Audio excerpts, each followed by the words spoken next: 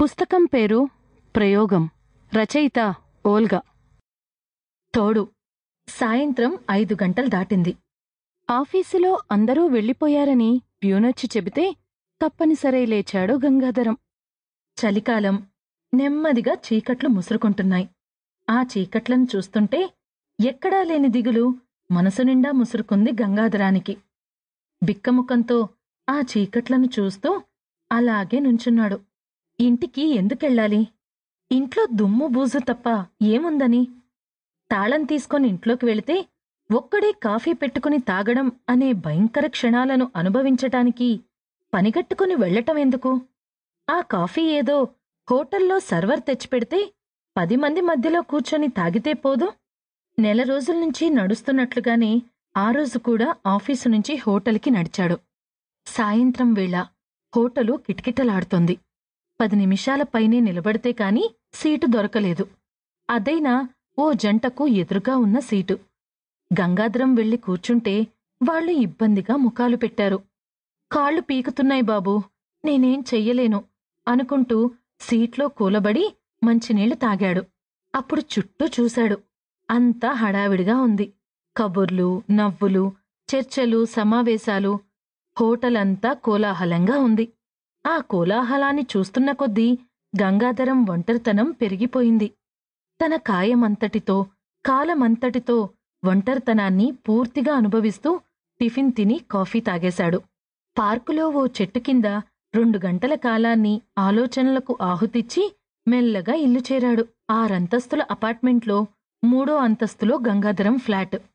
ఇప్పుడు ఒక్క నిమిషంలో ఇంట్లో పడిపోయి ఏం బావుకోవాలి గనక అనుకొని లిఫ్ట్ వైపు వెళ్లకుండా మెట్లు లెక్కపెడుతూ 50 మెట్లను మెల్లగా ఎక్కాడు.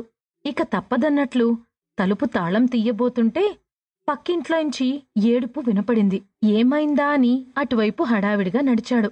పక్కింట్లో జనం నిండుగా మూగున్నారు. వాళ్లందర్నీ తోసుకుంటూ ముందుకెళ్లాడు గంగాధరం. ఆ ఇంటావిడ విజయలక్ష్మి ఏడుస్తోంది. కాసేపటికి చుట్టుపక్కల వాళ్ల వల్ల విషయం అర్థమైంది. విజయలక్ష్మి భర్త రాఘవరావు స్కూటర్ యాక్సిడెంట్ అయ్యి రోడ్డు మీద అప్పటికప్పుడు ప్రాణం విడిచాడట. విజయలక్ష్మిని చూస్తే జాలేసింది గంగాధరానికి. ఈ ఫ్లాట్లలో వాళ్లకేదో శని పట్టినట్లుందేమిటి? 2 నెలల క్రితం తన భార్య సుశీల బ్లడ్ క్యాన్సర్తో మరణించింది. క్యాన్సర్ అని బయటపడ్డ నెలకే మరణించింది. ఇప్పుడు ఈ అఘాయిత్యం. విజయలక్ష్మిని చూస్తే గంగాధరం చెమర్చిన కళ్ళు తుడుచుకున్నాడు. ఇద్దరి ఇళ్ళు పక్కపక్కనే కాదు, గంగాధరం కుటుంబానికి, రాఘవరావు కుటుంబానికి చాలా పోలికలున్నాయి. ఇద్దరిది ఇంచుమించు ఒకే వయసు. రాఘవరావు బ్యాంక్ ఆఫీసర్ అయితే గంగాధరం ఎల్ఐసిలో ఆఫీసర్. ఒకే హోదా, ఒకే జీతం. విజయలక్ష్మి ఒక ప్రైవేట్ స్కూల్లో టీచర్గా చేస్తుంటే సుశీల ఒక ప్రైవేటు కంపెనీలో పనిచేసేది. ఇద్దరూ 2 ఏళ్ల నాడు ఈ అపార్ట్మెంట్లో ఫ్లాట్స్ కొనుక్కున్నారు. గంగాధరం వెంటనే సొంతింట్లో చేరాడు కాని రాఘవరావు ఏడాదిపాటు అద్దెకిచ్చి పోయినేడాదే చేరాడు. ఈ సంవత్సరంలో 2 కుటుంబాల మధ్య ఒక మాదిరి పరిచయం ఏర్పడింది. ఒకరి వివరాలు ఒకరికి తెలుసు. అత్యవసరమైన చిన్న చిన్న సాయాలు చేసుకునేవారు.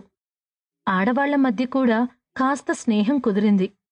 తమ భర్తల దగ్గర అవతల వారిని విమర్శించకుండా 2 మంచి మాటలు చెప్పగల సంస్కారం ఇద్దరిలోనూ ఉండటం వల్ల ఒకరిని చూసి ఒకరు కపటం లేకుండా నవ్వుకునేవారు. ఇద్దరూ ఉద్యోగస్తులవటంతో స్నేహం పెరగడానికి కావలసినంత ఖాళీ దొరకలేదు. పైగా సుశీల అనారోగ్యం. రాఘవరావుకి 2 కొడుకులు. ఒకడు బెంగుళూరులో, మరొకరు త్రివేంద్రంలో ఉద్యోగాలు చేస్తున్నారు. ఇద్దరికీ పెళ్లిళ్లయ్యాయి. పిల్లలు కూడా ఉన్నారు. గంగాధరానికి ఒక కూతురు, 2 కొడుకులు. మంచి ఉద్యోగాల్లో స్థిరపడి పెళ్లిళ్లు చేసుకున్నారు. కూతురు శ్యామలకు పోయినేడాదే పెళ్లి చేశాడు. గంగాధరానికి ఇంకా మనవళ్ళు, మనవరాళ్లు లేరు. ఇద్దరికీ ఇంకో 4 ఏళ్ల సర్వీసుంది. ఇంతలో రాఘవరావుకి ఇలా మృత్యువు ముంచుకొచ్చింది. విజయలక్ష్మి పరిస్థితి చూస్తే గంగాధరానికి చాలా దిగులనిపించింది. ఒంటరి బతుకు ఎంత కష్టమో అతనికి అనుభవంలో తెలుస్తూనే ఉంది. తను మగాడు కాబట్టి ఎలాగో net. Sample complete. Ready to continue?